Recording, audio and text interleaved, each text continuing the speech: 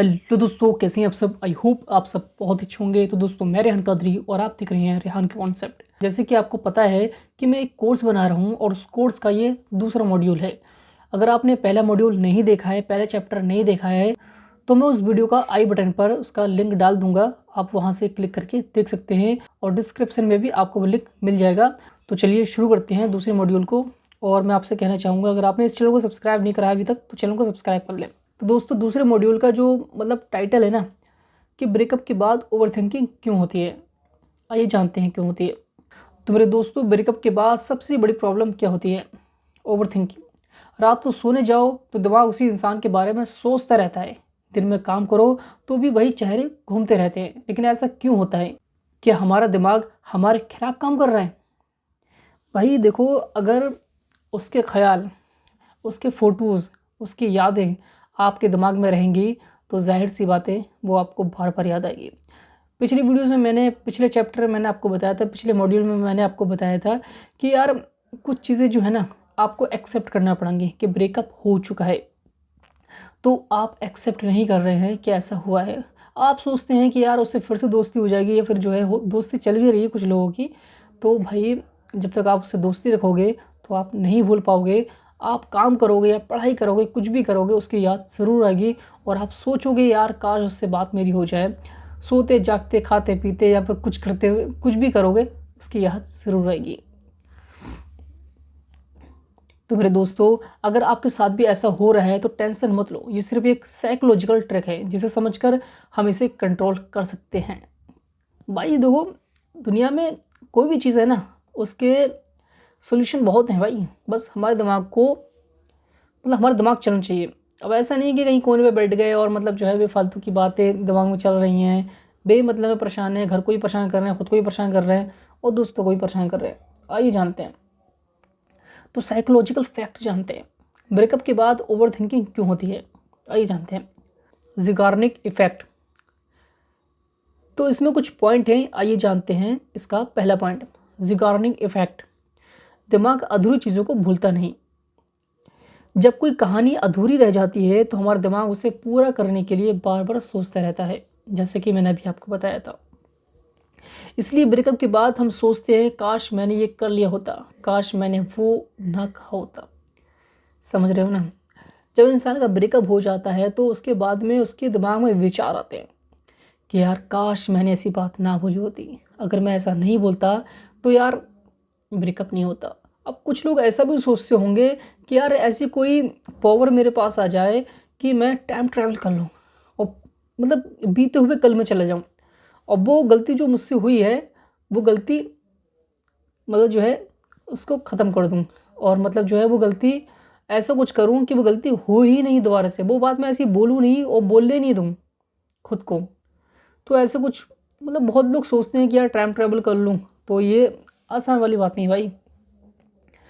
तो वो तो मैंने एक मजाक में बात कही, इसलिए मैंने आपको बोल दिया। और पॉइंट नंबर 2, विथड्रॉवल इफेक्ट। प्यार भी एक नशा है। प्यार के दौरान दिमाग में डोपामाइन नाम का केमिकल रिलीज होता है जिसमें हमें खुशी मिलती है। ब्रेकअप के बाद जब अचानक से खुशी मिलना बंद हो जाती है तो हमारा दिमाग उसी चीज़ को दोबारा पाने के लिए ओवरथिंकिंग करता है। भाई देखो, किसी चीज़ को, खाने पीने की चीज़ या फिर कोई भी चीज़ है या फिर देखने की चीज़ या फिर नशे की चीज़, कुछ भी, उसके एडिक्ट हो गए तो भाई जाहिर सी बात है उसके आप आदी हो जाएंगे, एडिक्शन बढ़ जाएगा। तो वही चीज़, जब आपका जो दिमाग है जो लेना चाह रहा है डोपामाइन, वो उसको कुछ साल या कुछ महीने तक अच्छी तरह से मिलता रहा, सुबह शाम हमेशा पल पल मिलता रहा, लेकिन अब वो मिलना ही बंद हो गया भाई। अब भाई कहाँ से मिलेगा जब आपको खुशी ही नहीं होती, आप हमेशा नाराज़ रहते हो, आप हमेशा सैड रहते हो, परेशान रहते हो, दुखी आत्मा बने रहते हो, कोने में पड़े रहते हो, तो भाई डोपामाइन कहाँ से रिलीज़ होगा दिमाग में? तो वो चीज़ है यार। तो इसलिए इंसान जो है ओवरथिंकिंग करता है और परेशान रहता है हमेशा। तीसरी चीज़ है इमोशनल ट्रिगर्स। हर छोटी चीज़ याद दिलाती है, हर छोटी चीज़ याद दिलाती है। पुरानी चैट्स, गाने, जगह जहाँ आप जाया करते थे, बैठते थे, जहाँ पर ये भी पार्क हो सकता है, ग्राउंड हो सकता है, यहाँ तक कि किसी का परफ्यूम भी हमें पुराने पलों की याद दिला सकता है। अब यार कुछ लोग तो ऐसे भी होंगे भाई, अगर किसी ने परफ्यूम का नाम नहीं लूँगा भाई, अगर कोई सा इत्र यूज़ कर लिया, परफ्यूम यूज़ कर लिया, तो भाई उसको ढूंढेंगे कि कहीं यह कहीं तो नहीं है आसपास में। तो भाई ऐसा नहीं है। और एक परफ्यूम दूसरा भी लगा सकता है कोई, तो खैर वो तो एक बात की बात है, लेकिन उसकी याद आ जाती है उस परफ्यूम से, ऐसा भी होता है भाई। तो हमारा दिमाग पुरानी यादों को रिप्ले करने लगता है, ओवर थिंकिंग शुरू हो जाती है। तो मतलब ये चीज़ तो नहीं करना आपको यार, इमोशनल ट्रिगर्स में नहीं जाना भाई। चलिए अब जानते हैं ओवर थिंकिंग को रोकने के 3 साइंटिफिक तरीके। तो उसमें पहला है राइट एंड रिप्लेस टेक्निक अपनाएं। जब भी कोई ओवरथिंकिंग वाला विचार आए, उसे एक पेपर पर लिखो और उसके आगे एक पॉजिटिव रिप्लेसमेंट लिखो। फॉर एग्जाम्पल, क्या मेरा एक्स मुझे मिस करता होगा? अगर उसने मुझे मिस करना होता तो रिश्ता ख़त्म नहीं होता। अब मुझे अपने बारे में सोचना चाहिए। जाहिर सी बात है भाई अगर वो आपको याद करता होता तो यार सामने से वो भी मैसेज करता, सामने से वो भी कभी कॉल करता, वो भी कभी टेक्स्ट करता, आपको याद करता, समझे? तो वो चीज़ें यार आपको मानना पड़ेंगे। दूसरी चीज़ है 5 सेकंड रूल अपनाएं। जैसे ही कोई ओवरथिंकिंग वाला विचार है, 5 सेकंड के अंदर खुद को किसी और काम में लगा दो। वर्कआउट, गाना सुनो, वॉक पर निकल जाओ। इससे दिमाग का ध्यान डाइवर्ट हो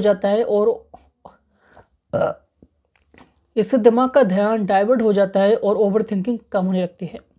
तो ये कुछ चीज़ें हैं जो अगर आप इसको फॉलो करते हैं तो आप उसको भूल सकते हैं, क्योंकि आपका दिमाग ना जो है ना वो किसी और चीज़ की आदत बनी हुई है।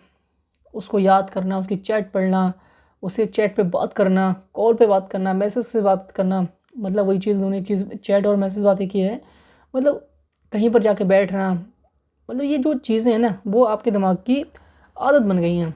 अब वो यादें वापस आ रही हैं कि मैं ऐसा करता था, मैं वैसा करता था, हम लोग में ऐसी रात के 2 बजे 3 बजे तक बात होती थी, ऐसा करते थे वैसा करते थे, दुनिया भर की बातें बहुत। अब वो जो ध्यान है वो कहीं और लगाना है। जैसे कि मैंने अभी आपको बताया था कि भाई वॉक पे जाओ, समझे, और कुछ स्किल सीखो। तो दिमाग को उन चीज़ों पे लगाना पड़ेगा ताकि वो उसका आदी हो जाए, समझे, डोपामाइन उससे रिलीज़ हो। चलिए अब तीसरे पॉइंट की बात कर लेते हैं, डिजिटल डिटॉक्स करो। एक्स की chats, photos, social media profile check करना बंद करो। जितना ज़्यादा उसे देखोगे उतना ज़्यादा दिमाग उसे सोचने पर मजबूर करेगा। कुछ दिनों के लिए अपने फ़ोन से डिस्ट्रैक्ट करने वाली चीज़ें हटाओ ताकि ब्रेकअप के ट्रिगर्स कम हों। तो मेरे दोस्तों, ओवरथिंकिंग आपको सिर्फ तकलीफ देगी, इसलिए इसे कंट्रोल करना ज़रूरी है। जितना जल्दी आप अपने दिमाग को नए पैटर्न सिखाओगे उतना ही जल्दी आप इसे हील करोगे। जैसे कि मैंने अभी आपको बताया था कि यार उस चीज़ की आदत बनानी है। अगर मैं वीडियोस बना रहा हूँ तो मैंने कल बीच में गैप कर दिया, मैं वीडियोस नहीं डाल पाया। और मतलब मुझे एक माइंडसेट बनाना पड़ेगा कि मुझे डेली इस कोर्स की वीडियो बनानी है तो बनानी है, ताकि आपको भी मिलती रहें। हालांकि व्यूज़ आए नहीं आए वो अलग बात है, फ़िलहाल तो हमें अपना काम ही करना है। और अगर कोई चल गई तो भाई चलती रहेगी, आप लोगों का ही भला है, मेरा ही भला है। तो बात कर लेते हैं चलिए बात कर लेते हैं मॉड्यूल 2 के चैप्टर 2 की बात। तो एक्स की यादें बार बार क्यों आती हैं और इन्हें कैसे रोकें। मेरे दोस्तों, आपने नोटिस किया होगा कि ब्रेकअप के बाद जब भी अकेले होते हैं एक्स की यादें बार बार आने लगती हैं। कोई गाना सुनो, कोई पुरानी जगह देखो, या बस खाली बैठो, दिमाग फिर से उसी इंसान की यादों में चला जाता है। लेकिन सवाल ये है कि ऐसा क्यों होता है और इससे बाहर कैसे निकला जाए। अगर आप भी इस चक्कर में फंसे हुए हैं तो साइकोलॉजी का खेल है जिसे समझकर आप इससे बाहर निकल सकते हैं। तो कुछ साइकोलॉजी के फैक्ट है ना, जिससे हम साइकोलॉजी चीज़ें जो होती हैं ना वो सच होती हैं, कहीं ना कहीं सही बैठती है। जैसे कि अगर मैं कहीं मैं अपनी नहीं बताऊंगा क्योंकि मेरा तो भी कुछ सीन चल ही नहीं रहा है। अगर आपको कोई सीन चल रहा है, अगर आप दिल्ली में कहीं घूमने जाते थे, कोई पार्क है, अब वहाँ पर आप फिर से जाओ तो यार उसकी ज़ाहिर सी बातें आपको याद आएगी। किसी गली में आप रहते थे, उस गली में आने जाना रहता था, आप उसमें जाओगे, यार ये तो कोई छोटी मोटी चीज़ें हैं जो आप समझ जाओगे, मैं क्या बताऊँ उसके बारे में। तो ये कुछ साइकोलॉजिकल फैक्ट हैं जिसको आपको अपनाना चाहिए। तो मेरे दोस्त, एक्स की यादें बार बार क्यों आती हैं, आइए जानते हैं।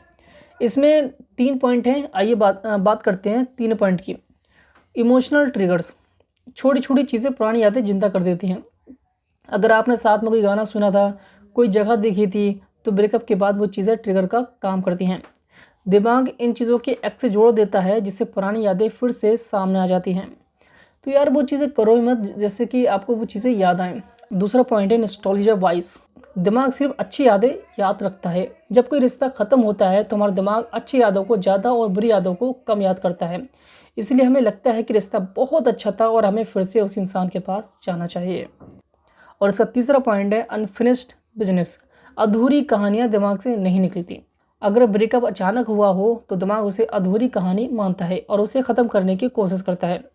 यही वजह है कि हम बार बार सोचते हैं काश मैं कुछ और कर सकता, या अगर उसने ऐसा ना किया होता तो। भाई काश और वाली बातें जो है ना, काश वाली बातें तो बड़ी ख़तरनाक होती हैं। इंसान से गलती हो जाती हैं और बाद में इंसान काश कहता है तो फ़ायदे क्या उसमें। चलिए अब बात करते हैं एक्स की यादों से बाहर निकलने के 3 पावरफुल तरीके। इसमें पहले पॉइंट की बात कर लेते हैं, मेमोरी रिप्लेसमेंट टेक्निक अपनाएं। जब भी पुरानी यादें आएँ, तुरंत किसी नई और पॉजिटिव चीज़ के बारे में सोचो।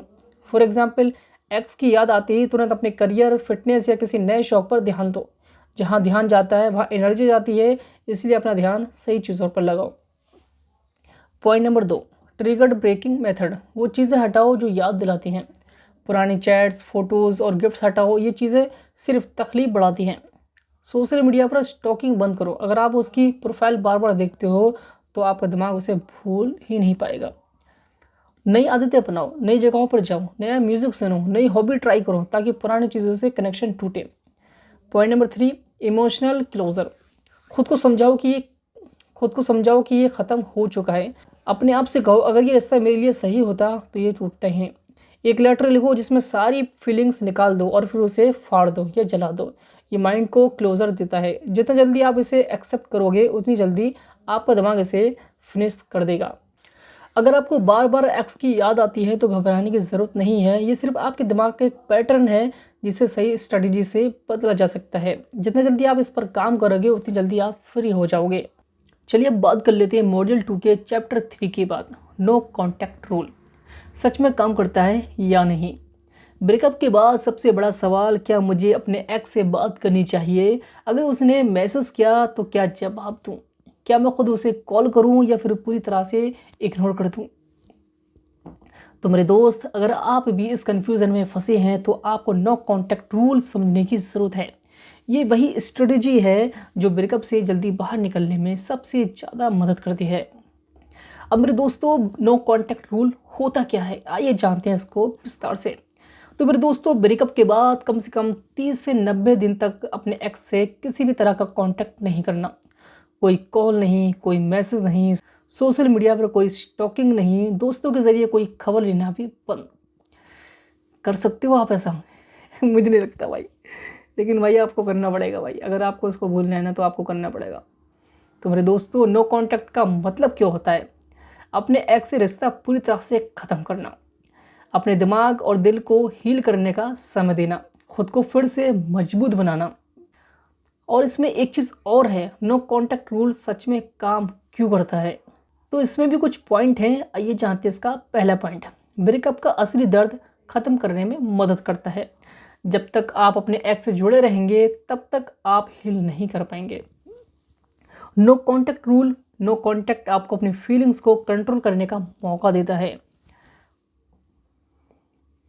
पॉइंट नंबर 2, एक्स को मिस करने से बचाता है। जब आप किसी इंसान से दूर होते हैं तो धीरे धीरे आपका दिमाग उसे कम याद करने लगता है।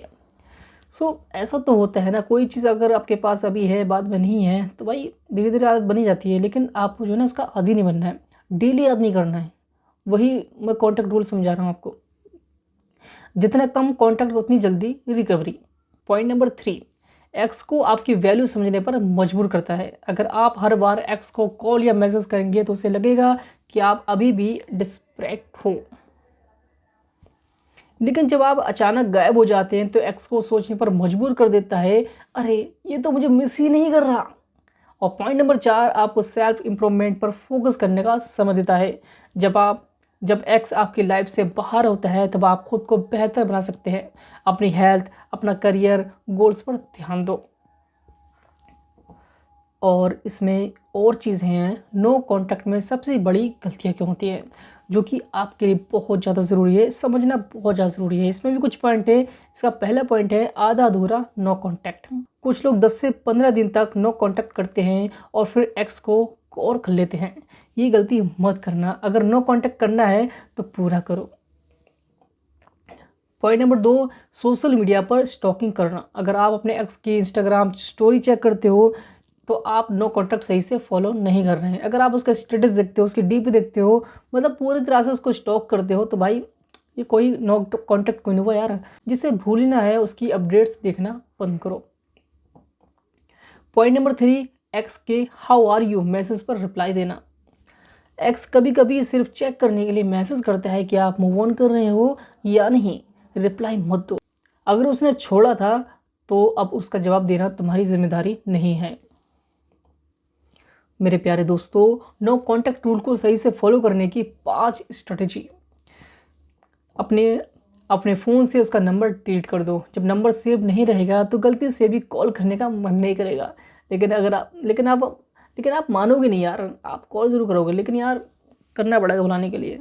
ये कुछ मेजर चीज़ें हैं, मतलब मेजर ही बोल सकते हैं, आपको माननी पड़ेंगी बातें। और इसका पॉइंट नंबर 2 है सोशल मीडिया से अनफॉलो या ब्लॉक कर दो। अगर बार बार प्रोफाइल देखते रहोगे तो हीलिंग स्लो होगी। पॉइंट नंबर 3, खुद को बिजी रखो। कोई नई हॉबी अपनाओ। जितना ज़्यादा खुद को बिजी रखोगे उतना कम एक्स की याद आएगी। पॉइंट नंबर 4, डायरी में लिखो कि तुम्हारा एक्स तुम्हारे लिए क्यों सही नहीं था। जब भी एक्स की याद आए उस पेज को पढ़ो, तुम्हें खुद समझ आ जाएगा कि नो कॉन्टैक्ट क्यों ज़रूरी है। पॉइंट नंबर 5, खुद को एक नया गोल दो। एक्स को जलाने के लिए नहीं, खुद को बेहतर बनाने के लिए। अपनी फिटनेस, करियर और लाइफ को इतना शानदार बनाओ कि तुम्हें खुद पर गर्व हो। लेकिन भाई तुम्हें तो एक कोना पकड़ना है और उदास रहना है, किसी से बोलना नहीं है। भाई थोड़ा मुझे कम बोलना आ रहा है, और क्योंकि रमज़ान चल रहे हैं यार, और ऑफिस से आया था इसीलिए मुझे बनाना है वीडियो यार। मुझे थोड़ा अंदर से आ रहा है कि वीडियो बनाऊंगा, पूरा कोर्स करना है मुझे भी एक है ना ये करने का जुनून, ये पूरा करूंगा मैं। तो मेरे दोस्तों, नो कॉन्टैक्ट रूल सिर्फ एक्स से दूर रहने के लिए नहीं, बल्कि खुद को फिर से पाने के लिए होता है। अगर तुम इसे सही से फॉलो करोगे तो तुम्हारा ब्रेकअप तुम्हारी लाइफ का सबसे बड़ा टर्निंग पॉइंट बन सकता है। तो गाइस, मॉड्यूल 2 यहीं पर ख़त्म होता है और तीसरे मॉड्यूल पर हम बात करेंगे अगले वीडियो में। अगर आपको ये वीडियो पसंद आई है तो आप मुझे लाइक ज़रूर करना। इस वीडियो को लाइक ज़रूर करना, मतलब मुझे मत करना लाइक, इस वीडियो को लाइक ज़रूर करना और कमेंट में ज़रूर बताना कि आप क्या कहना चाहते हैं, आगे आप चाहते हैं या नहीं। हालांकि अगर आप नहीं भी चाहेंगे तभी मुझे बनाना ही है, मगर फिर भी यार इतनी मेहनत कर रहा हूँ तो आप कमेंट तो कर ही दिया करो यार, कैसी लगी कैसी नहीं लगी। और अगर आपने इस चैनल को सब्सक्राइब नहीं करा है तो आप चैनल को सब्सक्राइब कर दें फॉर मोर न्यू वीडियो। और मतलब यार बेल आइकन भी दबा लियो, बोलते हैं ना उसमें एक बेल आइकन भी आता है, उसको भी दबा लेना, क्योंकि अगर ये मैं मतलब जो अपलोड करूँगा तो वो आपके पास नोटिफिकेशन पहुंच जाएगी, आप वहां से देख सकते हो। सो दोस्तों, मैं रेहान कादरी इस वीडियो से बदल लेता हूँ, मिलता हूँ नेक्स्ट वीडियो में, और मिलता हूँ एक एनर्जेटिक वीडियो के साथ। अभी तो एनर्जी मेरे अंदर नहीं है, और इन ऊपर वाला ने चाहा तो मैं ज़रूर एक अच्छी वीडियो तीसरा जो हमारा मॉड्यूल होगा वो अच्छी तरह से बनाएंगे और फुल एनर्जी से बात करेंगे, और जो है आपको ज़्यादा मज़ा आएगा, और इसमें कुछ हंसी मजाक की चीज़ें भी होंगी। सो अभी मैं आपसे विदा लेता हूँ, मिलता हूँ नेक्स्ट वीडियो में, बाय।